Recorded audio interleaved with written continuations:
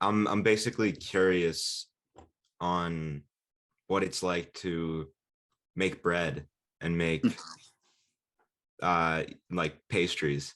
Um, I watched this video on Tasty uh, with you in it, like about the magic of bread making.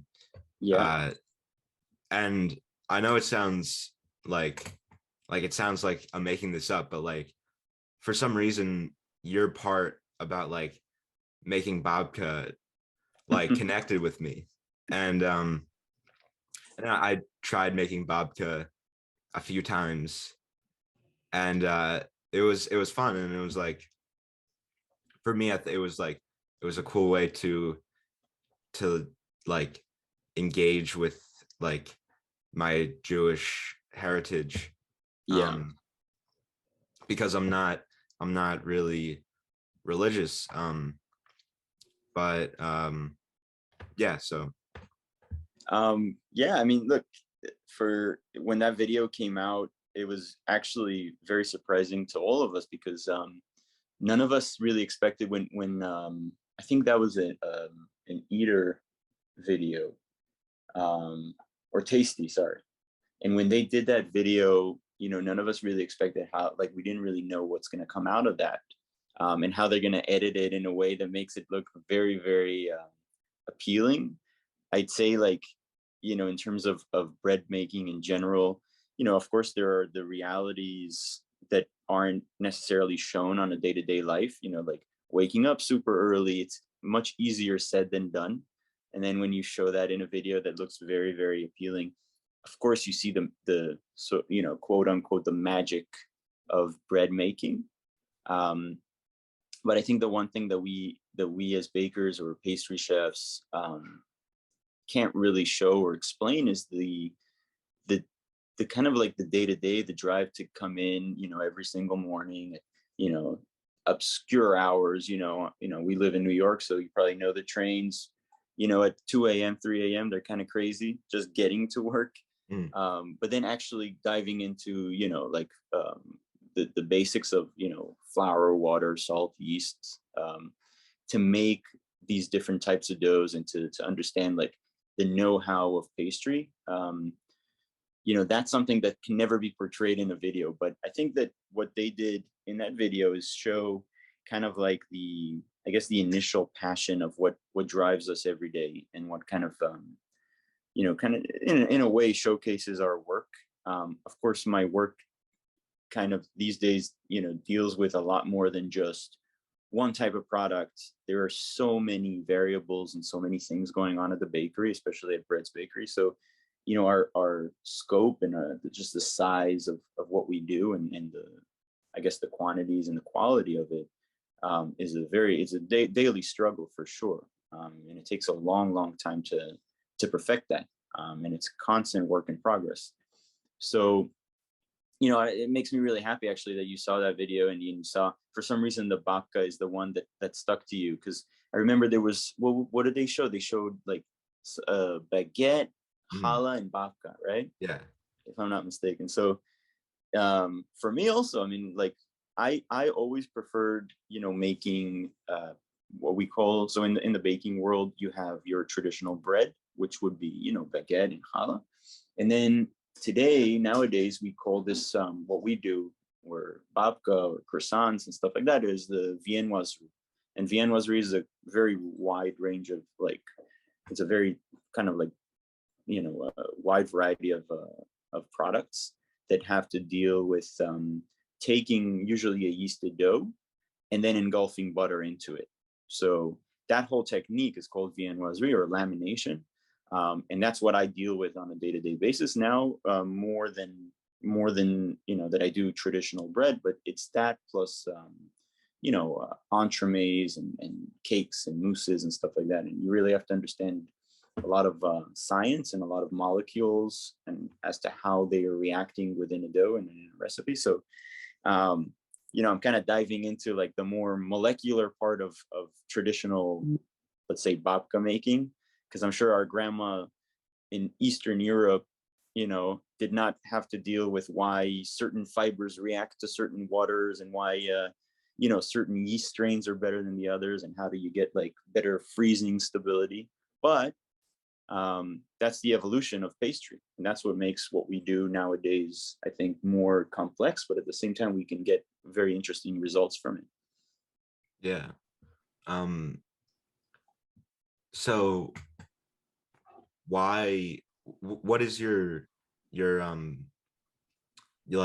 goal with pastry making, and um why elevate the like form of bread Yeah. making or babka making?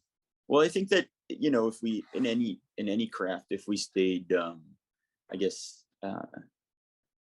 traditional, or we stayed within the path of whoever came before us, and never deviated, then we wouldn't discover anything new. And the same goes for food making. So, why do we constantly evolve and constantly try out new things? And most of these things usually, like, just so you know, like in the background, for me, when I come into work, most of my tests, the tests that I do, and that's part of my job, creating new pastries, most of them fail. And but then again, why would we still do that? What's the reason to get up every morning and continue to fail these tests? I think the reason is because of our curiosity, and because of the fact that we always, I mean, in any creative field, or in any field, because in my opinion, any field is creative or can be creative. We test out, we try out new things that we've never done before, or we even try out things that people have done before us, just to see what they kind of taste like in my profession. And I think that that's what drives me. That's what gives me that kind of like, the reason why we even started talking about waking up at 2-3 a.m. every morning is because of that. Because if I didn't have that, and I just came in and made babka every single day of my life, I would probably go crazy. So that's the one thing that, as for example, young bakers or young pastry chefs have, is nowadays, though, like, most people want to just skip the part of doing something every day and just go to the creative part, where I think it's kind of wrong, because it's not sustainable, because you can't make new things without knowing these traditional kind of day-to-day challenges and tasks. So if you want to make a good babka, of course you have to make millions of them throughout your life, but also understand at the same time that, the fact that it's a traditional product doesn't make it an old. You can't kind of like rest on your laurels and say, well, yeah, there's babka, how my grandma made it, and that's it, and then there's nothing else. There has to be an evolution of any type of product, even if it's the most minute, even if our customers don't even notice it. For us as pastry chefs or as bakers, we have to keep trying all the time to innovate. So that's kind of why I even do that, and that's kind of what brings me to work every single day. I mean, it's not really work; it's my life. So that's my passion. Yeah. I Do you think there's like a message there that about like innovating and being creative, but then also um like doing the like day-to-day practical things, Yeah, yeah, just like in life? of course. I mean, it has to go hand in hand. With, I think, anything we do in life, we have to perfect our techniques, our attitude towards it, our like we said, our day-to-day, the grind of making these products day in, day out. But at the same time, you have to remember that, I don't distinguish the two, and I don't say like one is separate from the other. They're both hand in hand. Like, in order for you to be creative, you have to do something day in, day out, and perfect your craft and be very good technically. um, and that's just in order to even start to create. And then the second part is always be curious. You have to be curious about, oh, what if I did this babka this way, or what if I did this croissant this way, and what if I changed, the ratio of the butter. And there's so many details that can go into a product. People don't realize like how many details there are. And then especially once you dive onto a molecular level and you understand like what it is that really makes up this, whatever I'm eating, what is it in there that's creating this contrast, this taste, this texture, and all these things come together once you take a bite out of something. it's not just like, okay, I came in the morning, I mixed my dough, I did whatever I had to do, got it out of the oven, and that's it. um, there's so many aspects to it, so that's really interesting, and you can dive into that and completely be lost in it forever, Yeah. which is cool, kind of scary too. Mhm. Well, what do you mean by like being lost in it? Well, you know, for me, for example, if I start, well, this happens a lot to me, is when I start to dive into the tiniest of details, or as best as I can. Once I start to dive into these details, it's kind of like you just discovered a new world, and each time that you discover something new, you get even more curious. It's not just like, oh yeah, yeah, I realize now that I can do this and that in my croissant, and that's it. Good day. Day is done. I can go to sleep. Yes, maybe I go to sleep, but I dream about that and how I can like now make this better, how I can keep manipulating these textures or these ingredients to a way that me as the baker or as a pastry chef, um, how do these ingredients work for me, and how can I start to change them to the needs that I have, or the one or whatever I want to do with it. That's why I said, once you dive into it and you start discovering that you can do certain things that you didn't think possible before, um, then suddenly it becomes a whole new world. Yeah. Um, why like why even make what meaning does it have to make food at all? Hmm. And I guess like how how did you how did you decide to well, I guess that's a separate question, but like what meaning does it have to you to make food? Oh, yeah, that's a very that's a tough one, because I think that there's so many layers of what it means to make food. I For me personally, I didn't grow up, with a deep understanding of pastry. For example, I grew up, I loved food. My mom and my entire family cooked a lot, and food was very much a focal point in our life. Um, even how the kitchen, you start to understand, like, even when I look back at like how the kitchen is even built around, kind of like the whole family, I guess the family dynamics. You start to understand, well, maybe food was always in my life. I just didn't see it. Like, it was so natural to me that I was one of those lucky people that had food always available to me when I was growing up, and anything we wanted. It was very, very interesting. Maybe that's what started it, but I didn't, for example, I didn't show any type of like special like affection towards pastry. I mean, I like to eat it, but I wasn't, one of those people who were like, from a very, very young age, like deeply involved with pastry. That Mm, only happened after I got out of the army, because I served in Israel in the army. And I remember I needed some sort of way to, I guess, um,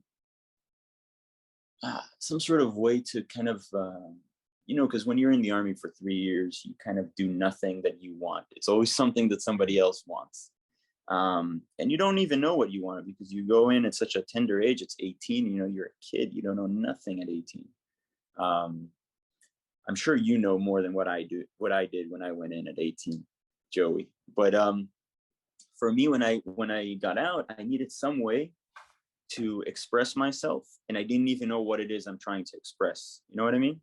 yeah. So so that was in a way my focal point, and that was kind of like my drive, was just to, okay, I just need to express myself in some sort of way.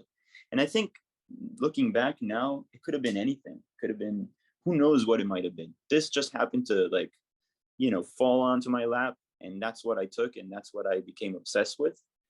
Um, and I think moving forward, that kind of gave me that drive to just continue to push myself towards something. Um, and things became very interesting to me, and getting into like tiny details was a way for me to get away from, just kind of like day-to-day troubles of trying to fit in after you've served for 3 years in the army. And I didn't know at that time that that was my my my saving point, and that kind of like created who I am today, was the fact that I found this, and I think that I made a decision right after the army that I want to become a pastry chef, and I had no idea what that even means. Yeah.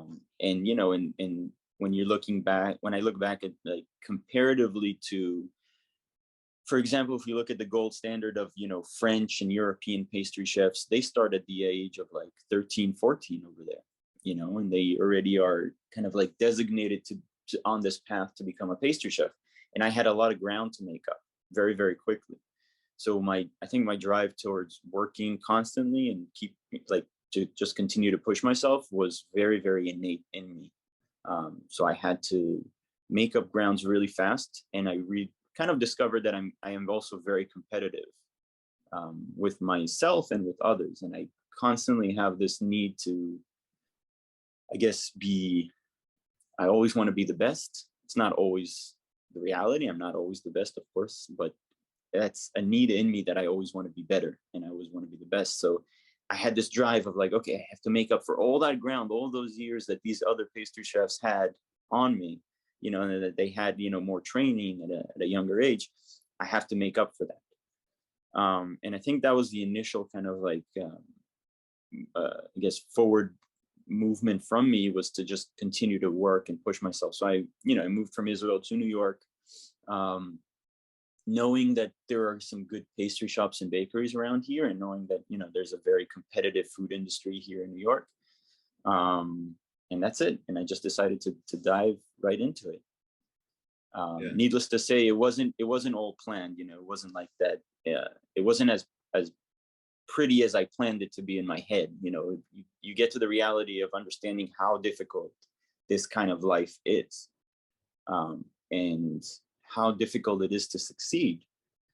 But when you have a certain drive, then nothing else matters. You kind of almost seeing like tunnel vision. You're seeing, all I need to do is to just keep pushing day in, day out. And whenever, I'm going to learn as much as I can, and whatever I'm being asked to do, I'm just going to do it with no thoughts prior to it. I'm not going to think, oh, is this good for me? Is this bad for me? Is this good for my health, for my mental health, for my physical health? Nothing. You just do it. And, I think I got very lucky to be in a very good environment eventually here at where I am at right now, which allowed me to make a lot of mistakes, which I think is probably the most important aspect of becoming any type of creative individual, is to not be reprimanded for your mistakes, is to understand that those are part of the learning curve. And today I'm the executive pastry chef over there, and that's how I run my team. It's exactly like that. It's to understand that if you make a mistake, then there's nothing bad about making a mistake. It's just understanding and learning from that. So it's only a kind of like a gateway for you to actually learn even more, if you're willing to learn. Yeah. Doing what you do, are you happy? That's another tough question. No, I am very happy. Of course, I'm extremely happy and privileged to be able to do this. Like a lot of people say to me, even from a younger age, when I decided to become a pastry chef, like, how do you know that this is what you want to do? And I can't explain it. I just know. And I think I'm lucky that way, because there's so many people out there not knowing exactly what they want to do. And just the fact that I have this kind of like idea, and I know exactly what it is that I want to do in my life, I think that should make me happy. And that is making me happy every single day. Of course, there are challenges. Being a pastry chef is not an easy life. But I've been extremely lucky to both be able to make a good living out of it, and to enjoy the creative part of it, which is what we do, which is, for me, is my kind of my bread and butter, and my lifeline. Yeah. So yes, I am happy. Yeah, because I think about like people who like there's a lot of people who just don't, who just like are in their jobs because that's what like, maybe that's what they need to do, or that's what society expects them to do. Right. And like they're just like waiting for the day that they can stop working and retire. Right. Right. And like You know, it seems like that's like really not what you feel as a baker. no, not at all. And I agree with you. I see a lot of people these days, and I think it's been like this for a long time. Either not sure of what they want to do, or kind of like go through the motions of doing, going to high school, going to college, getting a job, being deeply entrenched in debts, and then kind of not even enjoying what they do in the first place. And that's very difficult to see, and it's sad to see, because I think that I'm not saying that every single person out there should become a baker and a pastry chef, but every person should at least know what they want to do. And if, in our society, we're not promoting that enough, and we're not kind of like pushing people to be more creative, then that's a challenge. Because I think, even when we look at, like, when we say to ourselves, oh, someone, I don't know, I'm going to give an example. Someone working out on Wall Street, I doubt they enjoy their jobs, but there's some people that I'm sure enjoy their jobs a lot, working in Wall Street. And I'm sure that they can even be creative there. And there probably are, and the most successful people are always the most creative people, no matter what field you're in. I think that that's the core of it. You have to be creative. You have to think outside the box as much as possible. Yeah. So when you were getting out of the army, what were did you feel any like expectations about what people wanted you to do? And like what were most people, because everybody has to serve in the army in Israel, right? Right. So, like were most people going to college after that, or how does that work? Yeah. Yeah. And the way it works usually in Israel is that most people getting out of the army, especially out of combat, like that's what I did, Mhm. they travel for at least, 6 months to a year, just to kind of, I guess, what we call in Hebrew, we call it like to find yourself, you know. So, which I don't know how much finding of yourself you can do at the age of 21, when you get out. You're still very young.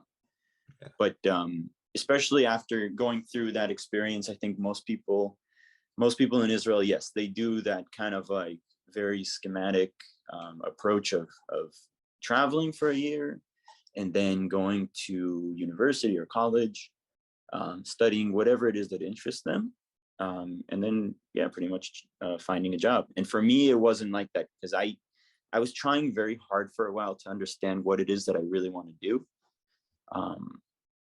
But I don't think I honestly, I couldn't go back to school because I suffered a lot in school. Like, I wasn't that type of person that could sit in a classroom at that time and do something that I don't enjoy. And I think I always liked the physical part of my life. But yeah, of course, I mean, for a long time, I didn't even tell my parents that I want to become a baker, because I thought that they're just going to be like, well, what about a real job? What about going to school? What about studying something? So I think even when I moved to New York, I didn't really tell them that I'm going to go pursue a career as a baker or as a pastry chef, because, no one in my family ever did that to begin with. None of us were in the food industry. So I don't think it was really like, yes, there was a certain expectation of me to do something else, not food related. But you know how it is when when you know that you want to do something, then you go and do it. Yeah. um how did you, like, so you just knew, and then that's how you had the courage to Yeah, I mean, approach your family about it. it always sounds like a very, like, when people ask me, how did you know you want to be a baker, and you just kind of say, well, I just kind of knew. It literally was like that. It wasn't like I had to convince myself to do something or something else, or it was literally just kind of like, well, this is it. and that was it.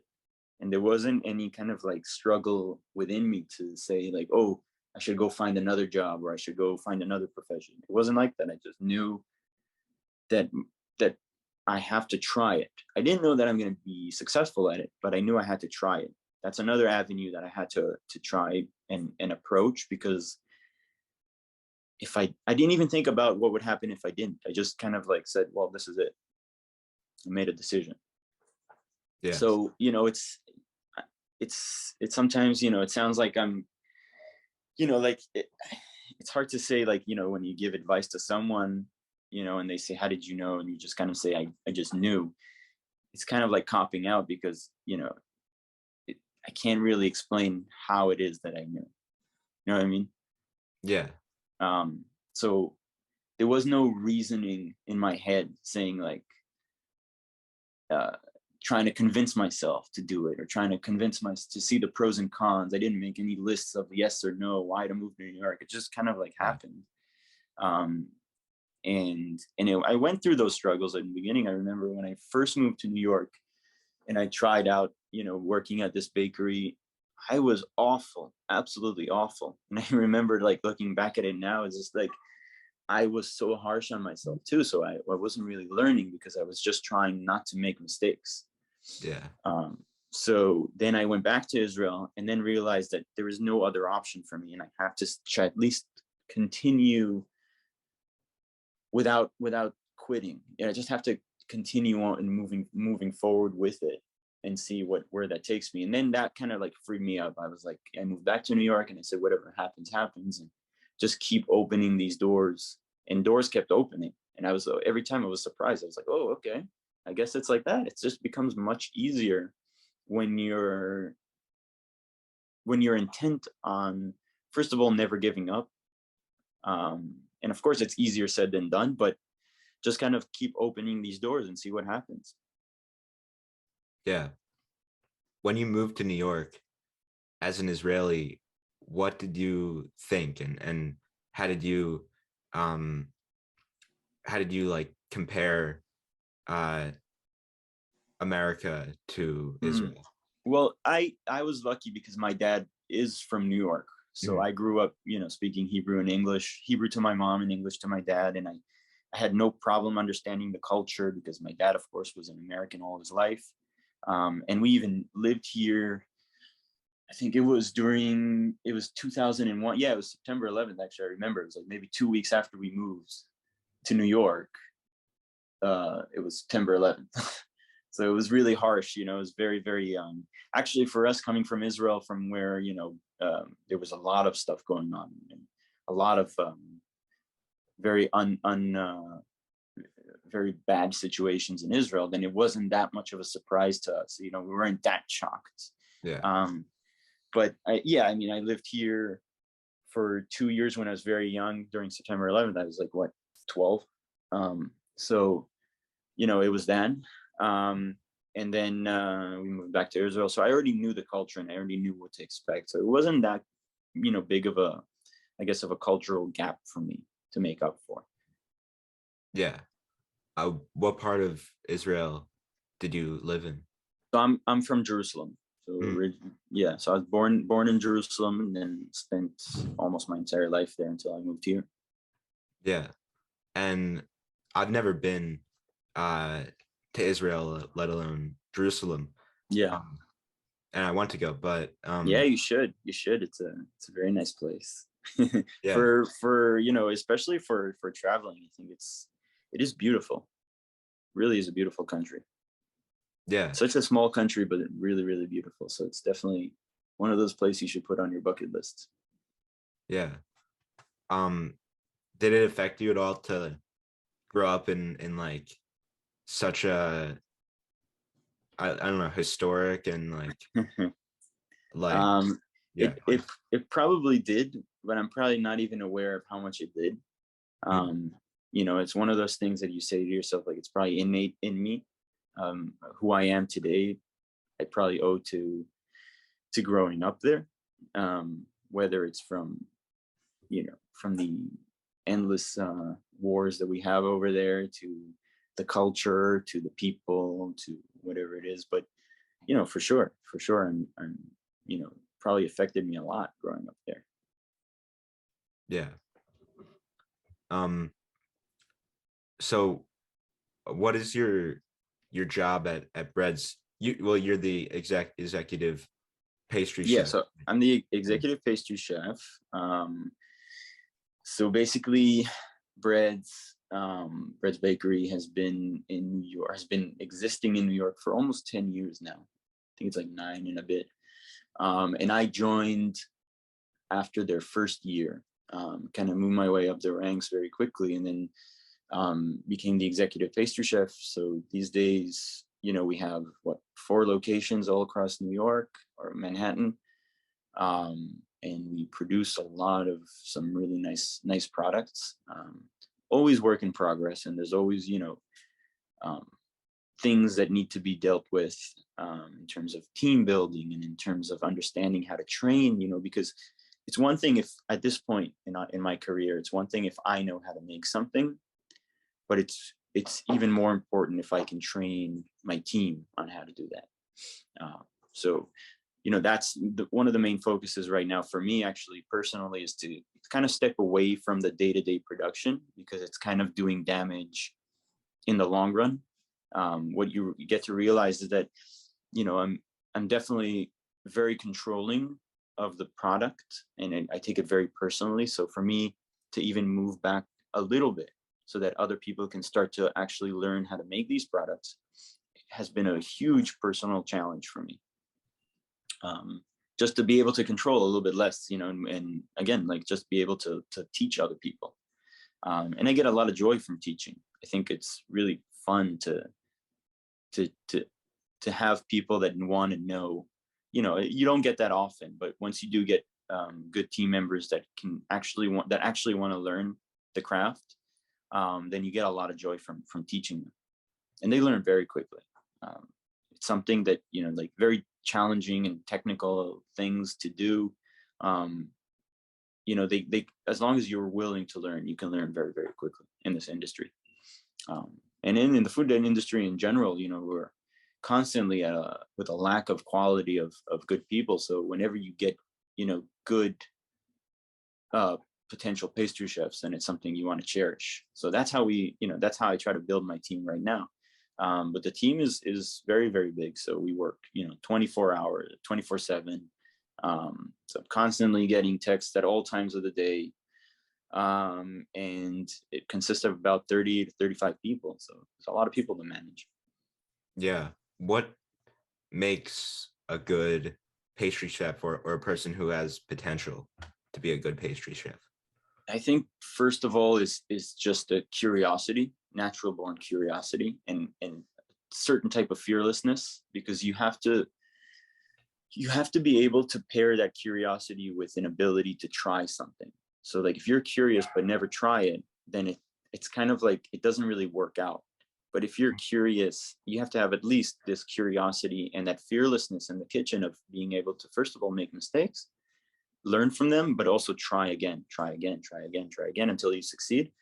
And that's, I would say, the 2 biggest attributes of what makes a good pastry chef. And of course, patience, because you can't expect to jump from one place to another in a very short period of time. You have to give it time, and you have to let yourself mature, to really understand what it is that you're dealing with. So understanding, that it's, you're in it for the long run and not for like a short-term kind of thing, that's the most important as well. Yeah. This is a kind of like separate question, but Yeah. I want to ask, like, how do you like what routines do you have in your life, in like, to like help you be productive, or like deal with life, and like for example, like if you're feeling, like if you're just feeling bad one day, like what's Yeah. what how do you do to what do you do to deal with that for you? That's a good question.